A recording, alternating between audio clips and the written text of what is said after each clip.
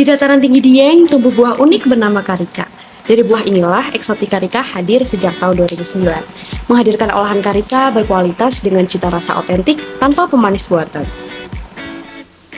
Berapa ya? Kita dari 2009, berarti udah berapa lama tuh?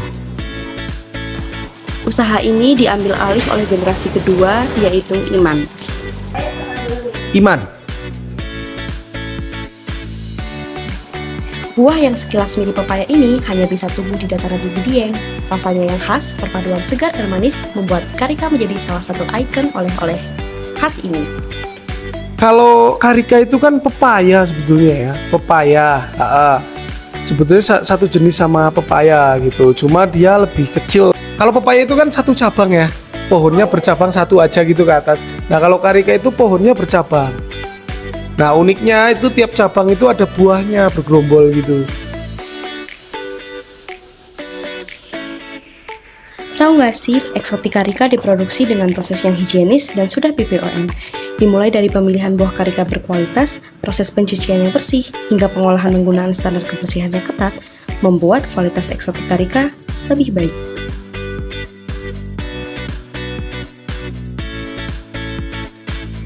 Setiap produk dikemas dengan rapi dan aman, jadi kualitas serta kesegarannya tetap terjaga sampai ke tangan konsumen.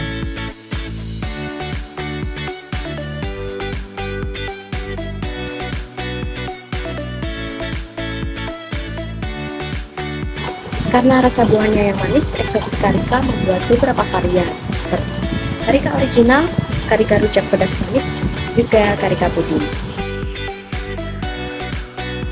Eksotik itu ada original karika yang manis, terus ada karika rujak ya pedas manis, sama puding karika.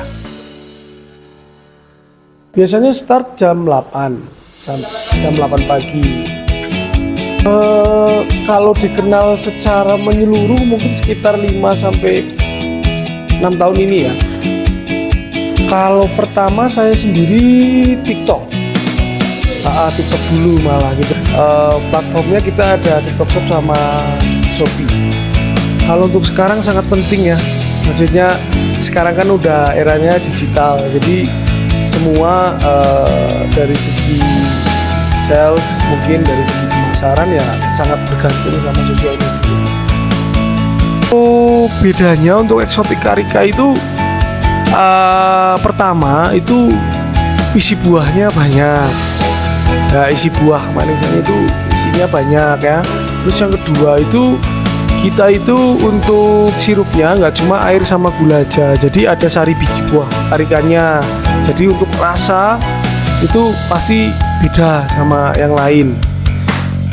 Untuk sekarang hampir 50-50 ya. Tapi tetap di offline-nya karena untuk live sendiri kita baru sih soalnya. Untuk live kita baru.